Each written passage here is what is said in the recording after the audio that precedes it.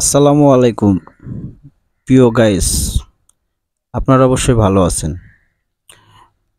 আমি ছোট পরিবেশে একটা পেজ খুলছি, অবশ্যই আপনারা সাপোর্ট করবেন এবং আমার পাশে থাকবেন।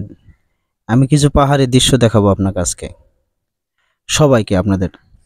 এই যে আমি গেছিলাম ঝিনাইগাতি সমুদ্রের দিকে, খুব সুন্দর একটি পাহাড়ি ইন্ডিয়ার পাশে, খুবই ভালো লাগে।